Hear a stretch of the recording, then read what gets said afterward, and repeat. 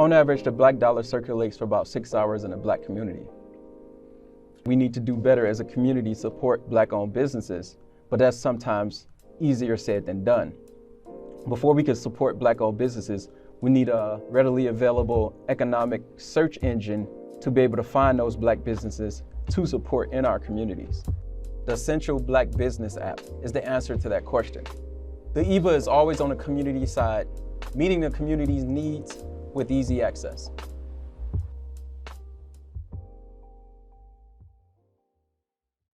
So what's going on, ladies and gentlemen? We have a guest here, a sister all the way from South Africa. How I found out about her. I saw her TikTok videos. You know, I was going through and I said, okay, and it popped up and I started reviewing some of the pages. So we wanted to reach out and this is why we're having a conversation today. So Samantha, we definitely thank you for, joining us on the show today. Thank you so much for having me. I really appreciate it. I'm very honored. Thank you. All right, Samantha, people, tell people just a little bit, about, yourself that maybe don't know who you are or never seen you before. Maybe they have not seen your TikTok. Just let people know. Okay, so my name is Samantha. I am South African. I am a law student. I'm a businesswoman. I have been in the South African entertainment industry for quite some time.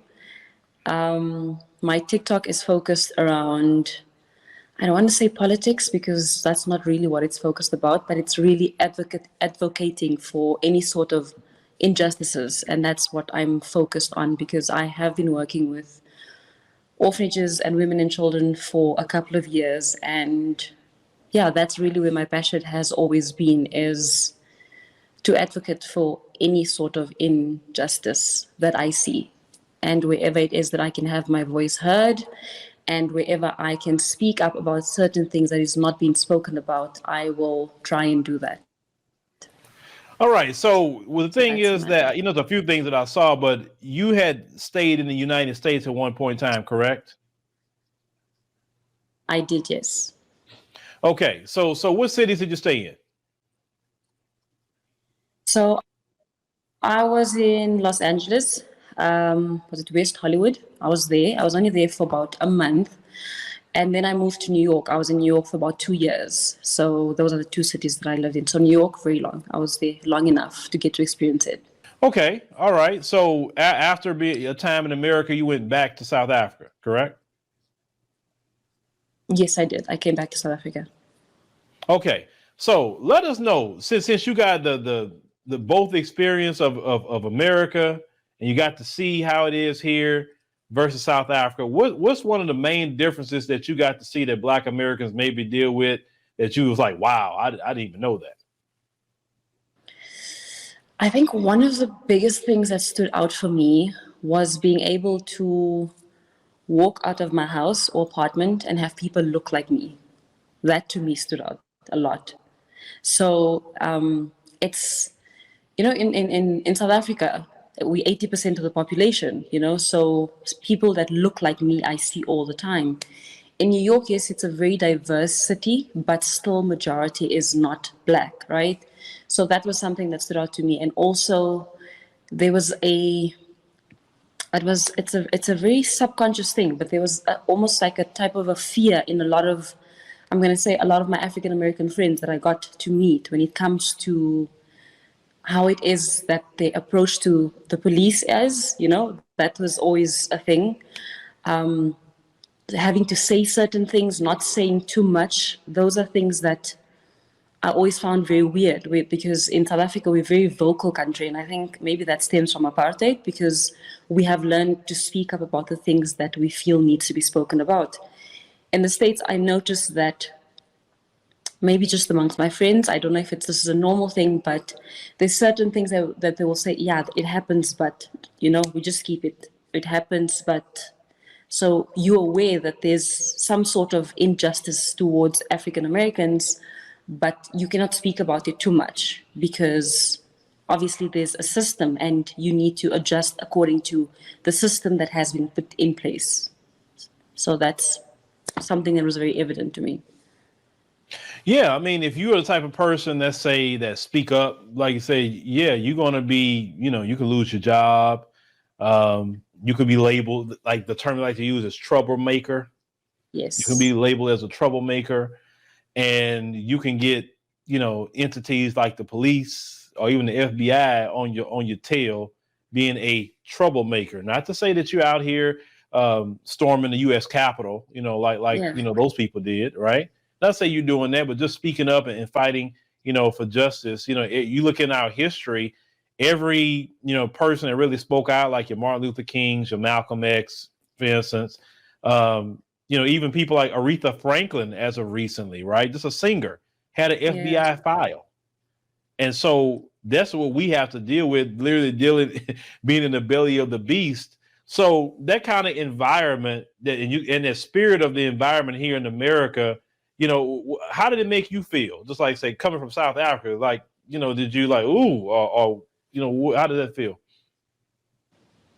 So me being the type of person that I am, like I said, I'm a very vocal person. So chances are I would have been fired, a long time ago about multiple things. One, but it's very weird not to have to not to be able to speak up about certain things. To see a white individual try and unnecessarily start a fight with a black individual, but you can tell that he's wrong, but they would rather not get into that because let's not call the police, because someone is going to be blamed.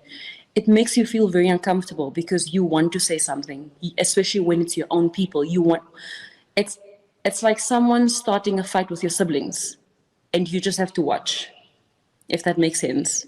Mm-hmm. Because there's clearly a fight against African Americans, or I don't even know if you can call it a fight, but there's a system that has been put in place to restrict certain voices and certain things, It's being able to do enough, but not too much. And that not too much is the restriction. So for me, it really is, it's like having a sibling and you can't protect the sibling. And it makes you very uncomfortable. And me being the eldest of 5 children, because I'm the eldest, I know that I'm that type of person that always looks out for everyone. It's very uncomfortable not to be able to speak up and say, no, but you're wrong. That's not how it's supposed to be. So very uncomfortable. I'm not going to lie. But the one thing that I did see that was very clear in terms of colorism is definitely a thing, because people wouldn't necessarily know where to place me. I got spoken to so many times in Spanish because people assumed me to be Dominican or something like that. So that definitely, I could see that there was a way in which I got treated a bit differently as opposed to my darker skin, coilier hair friends, most definitely. And you could see it when you go in terms of the entertainment industry, just so many different places. So that was definitely something that, and I mean, that's something that you pick up in general. It's a global thing. So it's not, I'm going to say, specific to the States or to New York. It's a global thing. And yeah, that's something that I did pick up. Yeah. So, okay. So you went back to South Africa and now you have that knowledge of, what goes on in the States, what happens in South Africa. So since I've been there, like I said, I went to South Africa, I really liked it. It's totally different, of course, than America. What suggestions you have if somebody, let's say they want to come to South Africa, they never been, as a person that's a Black American, since you already know kind of like what we deal with here to a point, what advice you would give them? I mean, you should probably prepare yourself for load shedding, the fact that there's power cuts, that's one.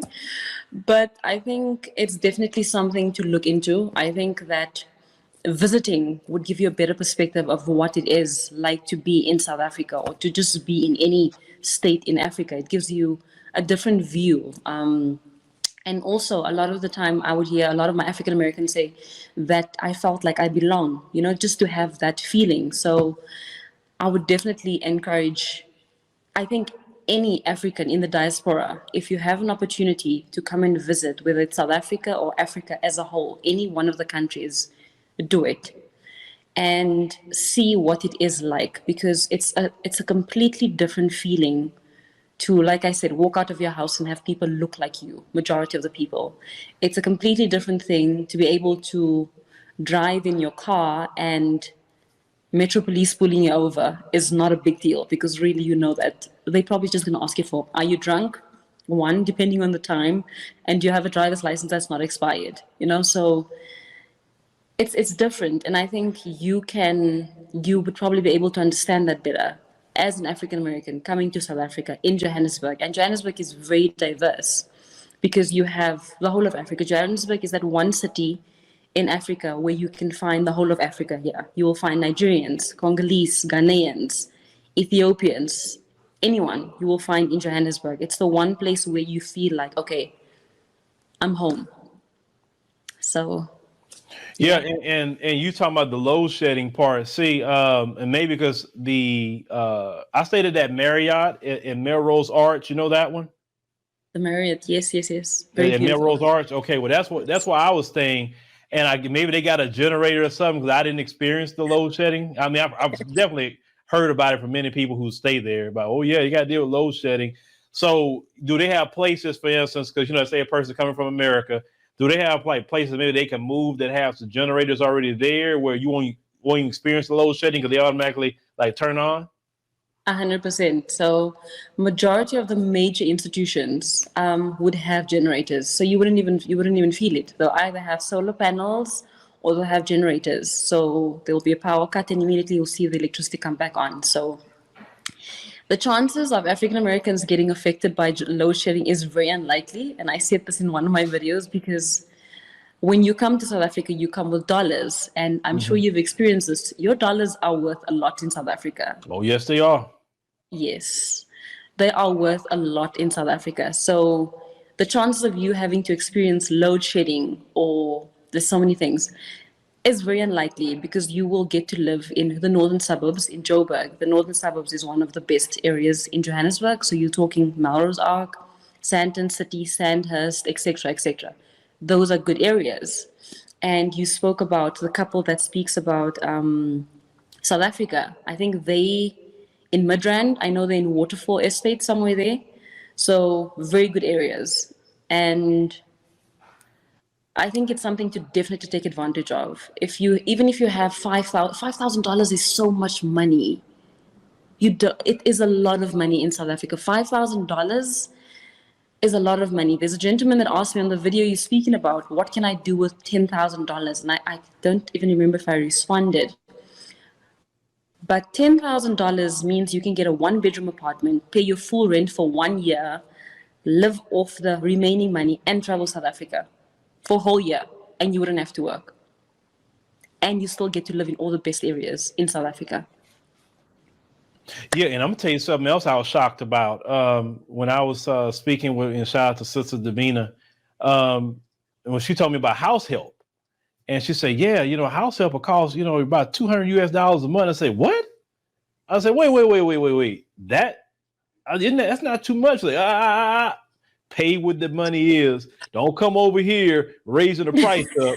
And I understand now, because a lot of Americans have been going to Mexico and Portugal, and they've been doing that, paying more than what it should be, and been jacking the price up on the locals. Yes. So I don't want to do that. She said, look, you can hire them at $200 a month. And if they with you a time you want to raise them up, fine. But don't come in here and talk about you want to pay them $1,000 a month, because then all of them going to expect that. But, in America, house help is a foreign concept, because only like rich people can have that. Yeah. And in South Africa, it's a very common thing.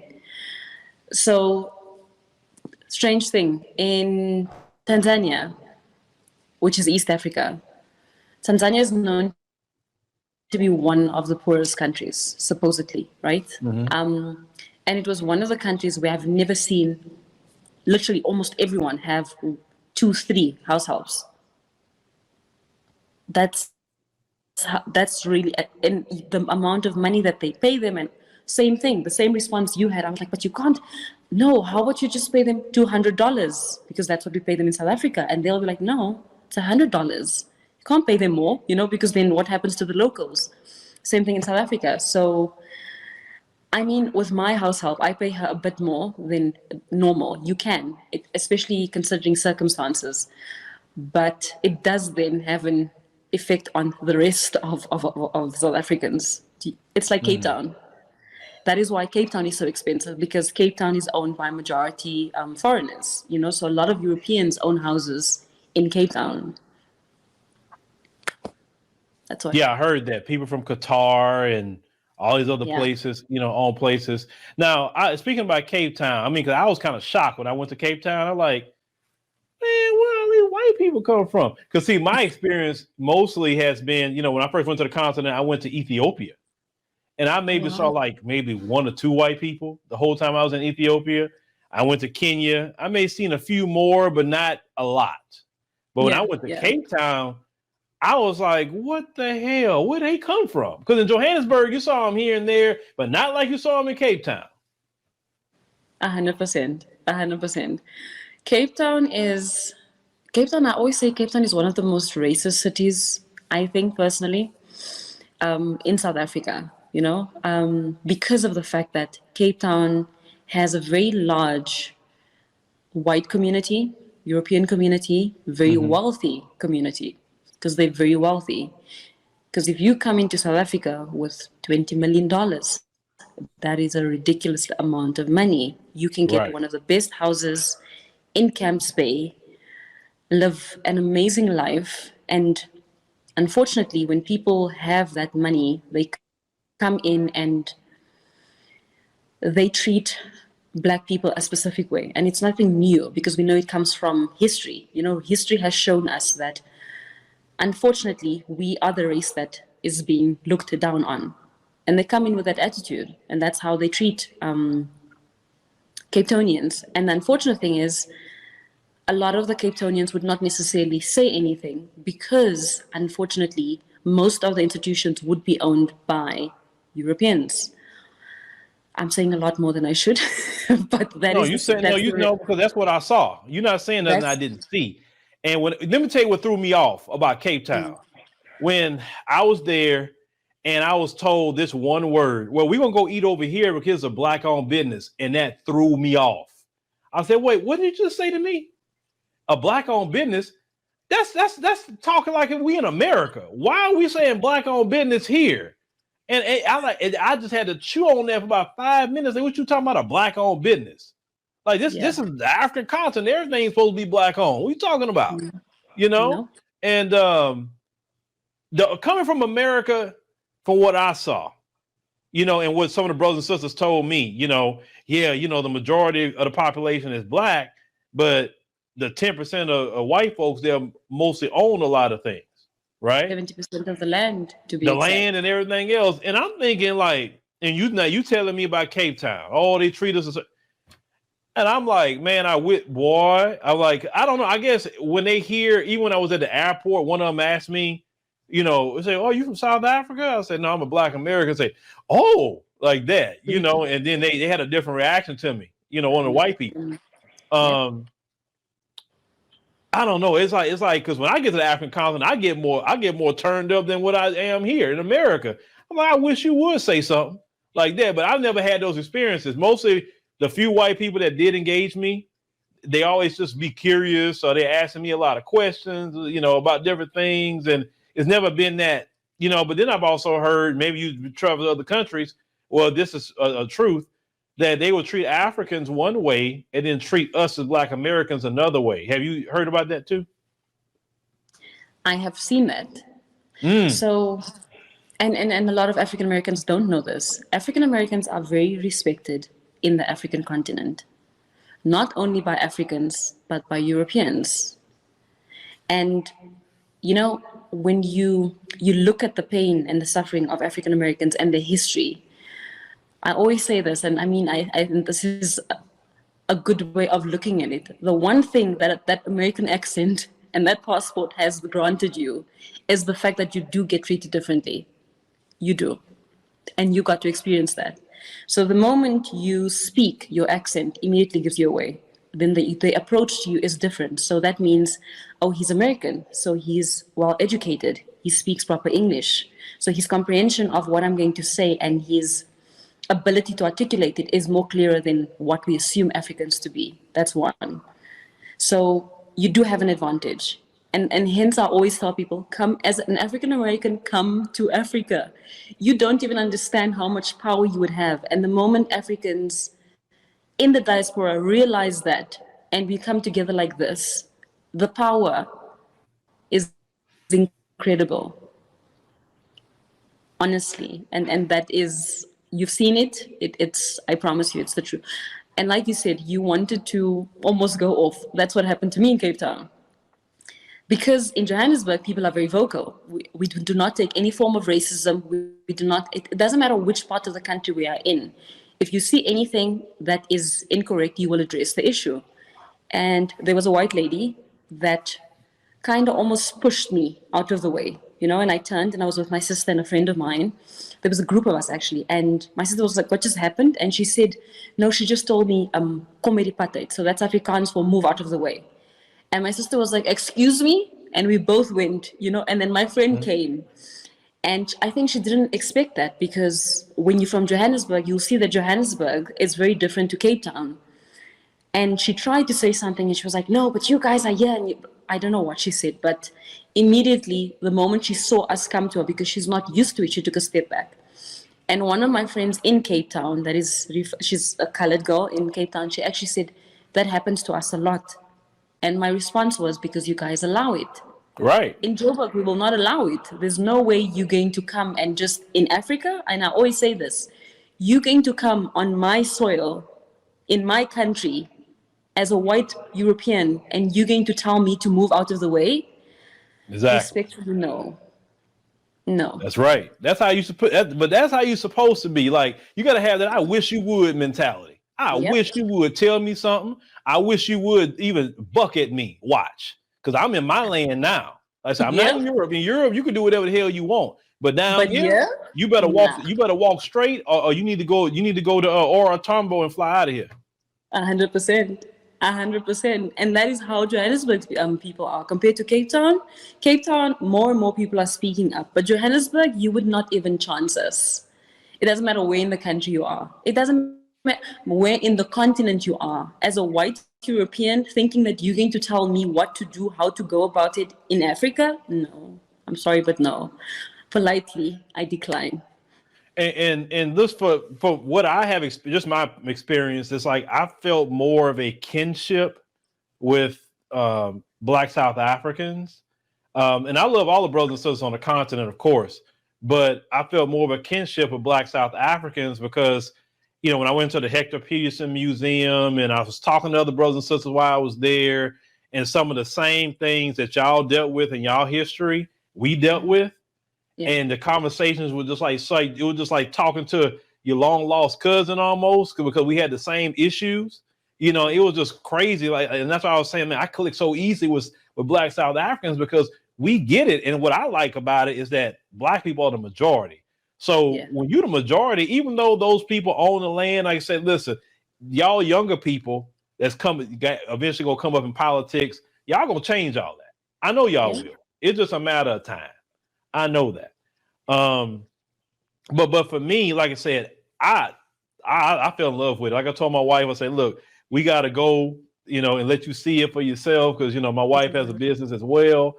And I'm like, look, it's wide open. You know, we could put our businesses there, hire great people, because I always tell people in the diaspora, if you want to come back to the continent, come back, create a business, hire the locals. I said, trust me, people would appreciate that. 100%. And I think that's where I remember you mentioned when you were in Cape Town and your friend said this is a Black-owned business. Yeah. So that's where that comes in. Because as Black people, the land is owned by majority white. We know that.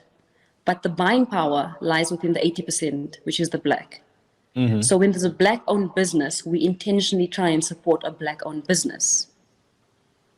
Do you understand? So that's why when yes, I understand completely. So that's where that comes from. So it's like South Africans have made a conscious decision to support Black-owned businesses. And I do that. When I walk into especially it's a small shop, the chances of it being owned by a biggest, you know. So we know which shops are owned by a conglomerate and you know which shops are probably privately owned. I would ask, is this a black-owned shop? If they say no, then I'm like, it's okay.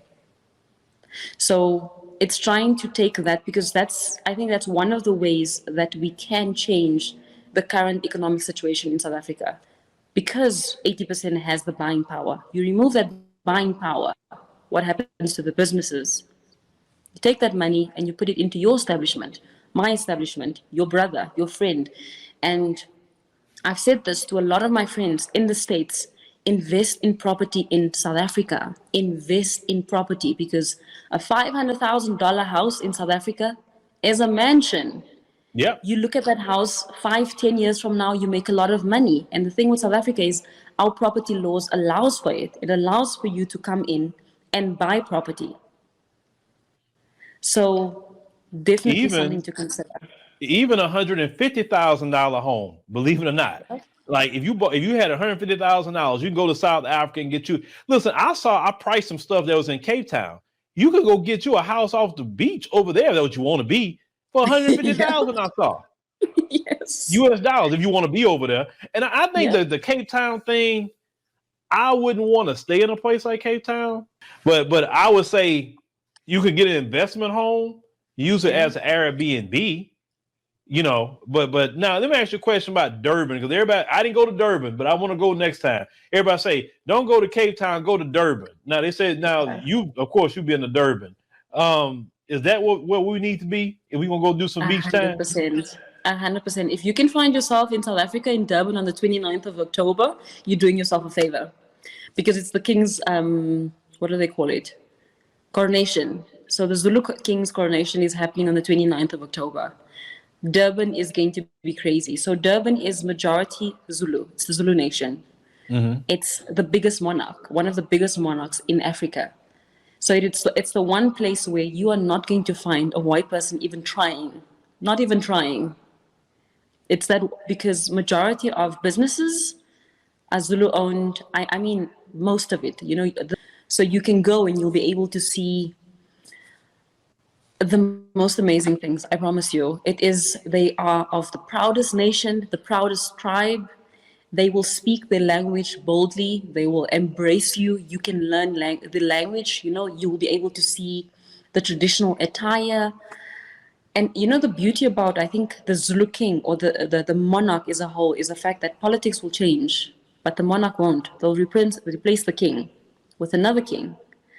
But the Zulu nation are such a proud nation that they're the most recognized, because they stand very firm in their beliefs, to such a point where they would respect their king more than they respect the president, because he's the Zulu king. Mm-hmm. So if you do get to come next time, like I said, if it can be on the 29th of October, bring your wife. It will probably be a good time for you to come. But definitely. Yeah. And like I said, they got beachfront property in Durban too, because I saw it. I was doing the research. I said, oh, okay, they got beachfront here too. You know, because I just have a thing about, like I told my wife that, I said, my ultimate thing, what I want to do is just have some beachfront property, and I can just look at the beach look at the water every day. I'm telling you, it is beautiful. Because it's beautiful. Durban is beautiful.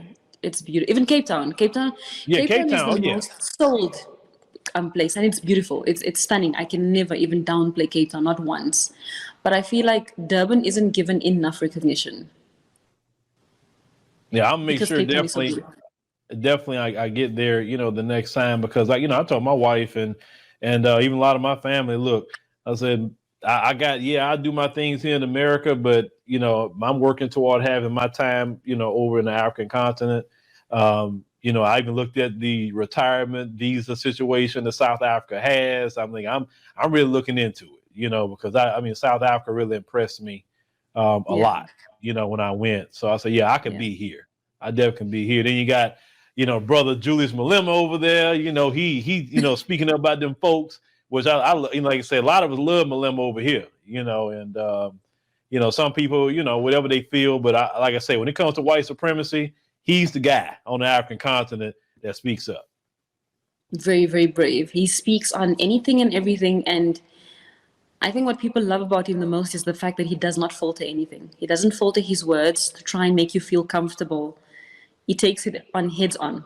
And like you said, when it comes to white supremacy, he would not falter it. He will say it as it is. And like there was a statement that he made when he took on every forum, or they decided to take him to court. And he said that they will regret, I think something about regretting something when he becomes president. Yeah, I mean, I would love, like I said, listen, I support Julius Malema becoming the president. I would love to see him be the president of South Africa. Well, he said last time, he said if he become president, the name gonna change to Azania. I'm like, doggone right. I said, get rid of that colonial name. Yeah, 100%. I mean, South Africa, that's not even a name. It's the South of Africa. Yeah. We should probably get a new name. Yeah. It should be Azania, like he said. That's the name it should be. Just like, Robert Mugabe, he didn't keep it Rhodesia, he changed it to Zimbabwe. Yeah. And is it Swaziland? Swaziland also just changed their name a while back. They did the same. And that was one of the times where South Africans spoke about the fact that South Africa should be called Azania. Why is South Africa not being called Azania? Right. So he has been speaking about it 100%. So, yeah, and I like I said, have you been to one of the EFF rallies? I have not been to an EFF rally. I have not. So when it comes to South African politics, it's the one part that I do not like to get too involved in, because it's like this, it's a very complicated thing all the time. Yeah. I'm gonna agree with you on that, because I've had people when I was there speaking about the different factions in y'all politics, and me just coming in as a Black American. I'm kind of like, okay, I'm hearing you, but let me kind of just do that, because now I know about the politics in America, but over there, I get you. No, but my thing is, when I mention that, it's not even about the politics of it. It's just, for me, it's about, hey, when you speak about white supremacy, the energy that's in there, I like that sort of thing. I just want to go and just be there. I am not trying to join nothing. I just want to be a part of it. I just want to even document it. It just looks like it's fun to be there. No, I hear you. And I listen to him speak quite a lot on YouTube, like either when they interview him on television, or if they've recorded whatever interview or rally that he has. He's very interesting to listen to. And I think for me, there's nothing as amazing, I think, for a Black person to see another Black person speak about white supremacy in such a bold way. And I think that's what a lot of us admire, because for most of us, we tend to filter our words, and we tend to try and be too politically correct. And in that way, we tend to get so many things wrong. And I said it the last time. As Africans, we try and constantly be so politically correct that we get it so wrong, unfortunately. And that's where he doesn't. He says it as it is. He doesn't care who says what. And then he sticks by what he says. And it's a very admirable thing. Yeah, like I said, I always say protect Brother Malema at all costs. That's what I say to the people of South Africa. Because like I said, them folks scared of him. I know they are. They don't like to hear a Black man talking like that, being that bold. They like when Black men are selling out or bowing to the Queen. Well, I guess now King Charles now. Other day I covered something about the Commonwealth, and South Africa is actually in the Commonwealth. How do you feel about that, about South Africa being in the Commonwealth? It makes me extremely uncomfortable. I think the mere fact that the Commonwealth Games still exist, for what? It's solidarity of what? That we've all been colonized and we are now coming together to compete against each other for who? The very people that colonized us. It makes no sense whatsoever. And I mean, I get the sentiments around it, but no. It makes no sense. But yeah, it kind of made me angry just to even know that former colonies are in the Commonwealth. It just kind of made me upset, because I'm like, well, what the hell? And then if you look at the language, the way it's stated that, now King Charles is sovereign in the Commonwealth. So he can go and commit whatever crime he wants and nothing could happen to him. Like, what the hell? You know what I'm saying? Now, I know the younger people, and I always tell people this, the younger people on the African continent is going to be the one to change it. people in your age group, et cetera, right? So I'm really excited to see how the African continent is going to turn out, because y'all are the generation that got exposed to the internet and smartphones and all that. So y'all knowledge is vast, compared to maybe even the previous generations. So, definitely the African continent has a lot of promise. So Samantha, like I said, tell people for sure, like how they can, maybe get to your platform and check you out. So you can follow me on TikTok at Samantha Jannsen, which is Jannsen. So Samantha Jannsen, Jannsen spelled with a double Nsen. And you can get me at the same handle on Instagram at Samantha Jannsen, same thing, Jannsen on my Instagram. I am hopefully soon going to be on YouTube. So I've got a YouTube channel, but I haven't done much. And hopefully soon I get to put out the content that I'm not too restricted to speak about on other social media platforms. So it will be Samantha Jannsen as well, which I will add onto my TikTok at the bottom so you guys can follow. Okay. Yeah, I know TikTok, I don't really say a whole lot on TikTok either in the area of speaking up for the community, because every time I do it, I get my video taken down. So I kind of do more of that on YouTube, Facebook, Twitter, things like that. I was a little bit more at least lenient in that area. But ladies and gentlemen, make sure, we'll put below at the bottom her contact info and everything. You can go to TikTok, and check it out, and make sure you support. So Samantha, I'll say we appreciate you, joining us today on the show, and you be blessed. Thank you so much for having me. Thank you very much, guys.